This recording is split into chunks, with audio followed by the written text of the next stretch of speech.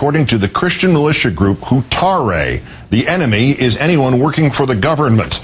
Well, according to a Harris poll, nearly a quarter of Republicans, the Antichrist might be the current president. The FBI arresting 8 over the weekend, 5 in southern Michigan, 3 in Ohio and Indiana. One person still at large. All 9 of the members of this Christian militia group, Hutare, indicted on multiple charges, including seditious conspiracy, sedition, and attempted use of weapons of mass destruction. Court documents revealing Hutare members were plotting to kill a police officer, then bomb the officer's funeral procession in order to kill others.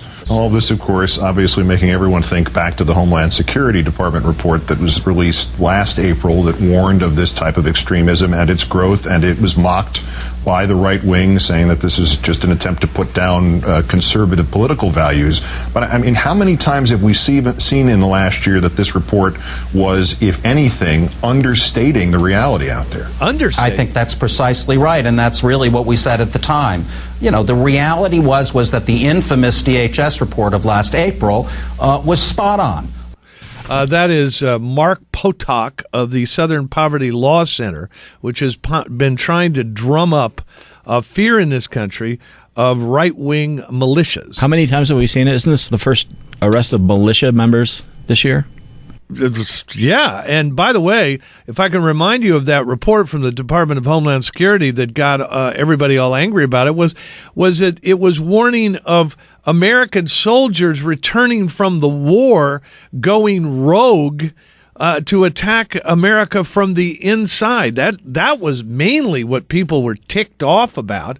But nonetheless, people like Bathtub Boy over there on MSNBC and Mark Potok of the Southern Poverty Law Center are seizing upon these 9 people arrested in Michigan as evidence of a vast right-wing violent conspiracy to shoot policemen and make war on the country. 9 people were plotting to make war on the country. It had a very good analysis of what was going on there. It very much mirrored our own completely independent findings down here, and it was vilified by groups like the American Legion and other right-wing groupings. And me. You know, the shame of it, really, from my point of view, is that the Secretary of DHS essentially apologized for it. She should have. And repudiated it. And there, you know, if one actually read the report, there was nothing in there that was tendentious, that identified conservatives as potential Timothy McVeighs, or any of the rhetoric. It identified returning soldiers from Iraq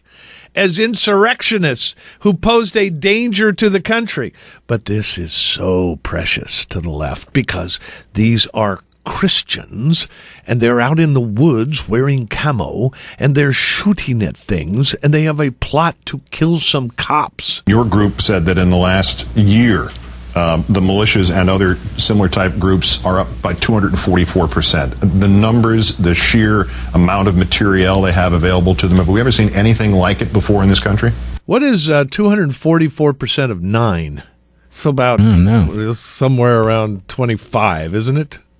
Not 25 million, 25. I really haven't. It's not the militias, the growth of the militias and related patriot groups is absolutely explosive in the last year. Really? In addition to that, we had a huge growth, some 80% in the number of the very hardline anti-immigration groups, the Minutemen and so on. And we have record numbers of hate groups. So you put all that together, and what we really saw was about a 40% increase in the number of these groups. They all add up to something like 1,700 groups.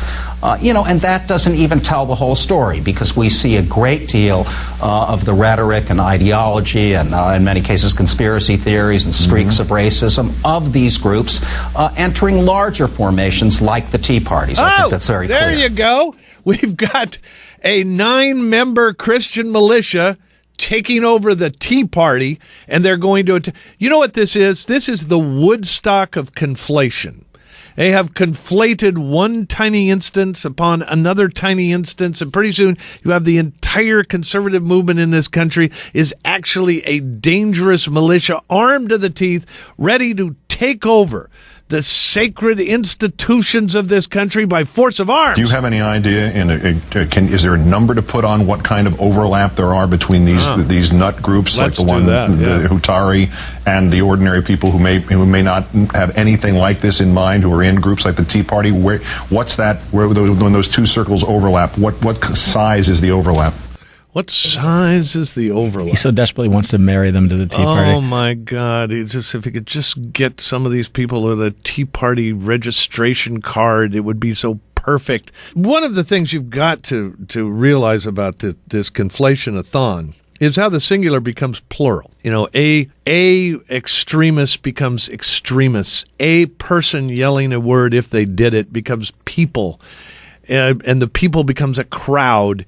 It's just one layer of conflation on another, building up their fears and their accusations to ever climbing heights. You know, the overlap with the Tea Parties is hard to measure, but what we know is a whole number of things. Now, why would it be hard to measure?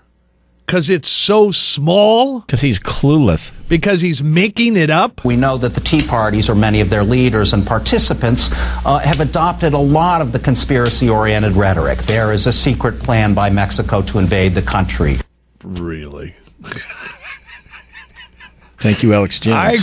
I've been to a Tea Party rally. I haven't heard that one. What else? There may be a string of FEMA concentration camps out there that the government is preparing for good patriotic Americans. That's truther stuff. Truthers are not right-wing. So little old Alex Jones sitting down there in Texas running his mouth is now you and me because we object to Obamacare. We see, for instance, at coming April 19th, a very major Second Amendment rally in Washington, a gun rights rally. It's in Virginia. Probably about 113 people from trailer parks will show up. What's wrong with the gun rights rally? Nothing in theory. What's wrong with the Second Amendment rally? That there will be major leaders from various patriot groups, like Richard Mack, a former sheriff from Arizona, who's part of the Oath Keepers organization. What's his name again? Richard Mack. I don't know. Never heard of him. I never heard of him either. Now, it wasn't that long ago when Bata Boy faced another plot, a real plot against soldiers in this country, and threw everything he could at it to diminish it, to ridicule it, to undermine the idea behind this plot. By the way, all of those guys from the Fort Dix plot, where are they now, Angry Rich? Jail. In jail, convicted of a real plot. The authorities announce arrests in a far-fetched plan to attack soldiers. A far-fetched plan. Gee, they surveilled 6 different military installations. A far-fetched plan to attack police. No, that's not far-fetched. But a plan to attack soldiers, that's far-fetched. At Fort Dix in New Jersey, the so-called terrorists plan to gain access to the base by posing as pizza delivery men.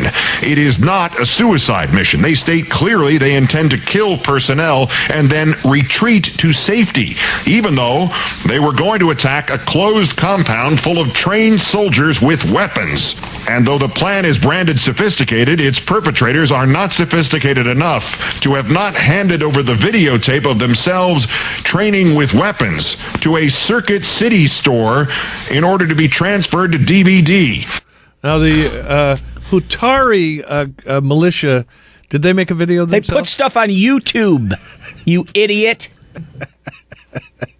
The Fort Dix plot not only erases from most news coverage the issue of disaster readiness in Kansas, but it also obscures the next day's story that in anticipation of his testimony to a House panel, Attorney General Alberto Gonzales has submitted opening remarks that match virtually word for word the remarks he had given the previous month to a Senate committee. Oh, that's what this is.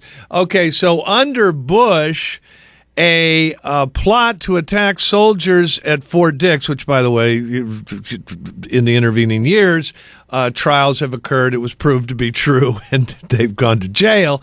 That was all about taking your attention away from the testimony of Alberto Gonzales. Right. Because the Bush administration didn't want you to notice he was giving the same testimony before a House committee that he gave before a Senate committee. Have you got that? When it suits the purposes of the left, plots are not real. When it suits the purposes of the left, Plots are a threat to the nation. Demand to be challenged, to be offended, An equal opportunity offender. to be treated like thinking, reasoning adults. It's John Gibson.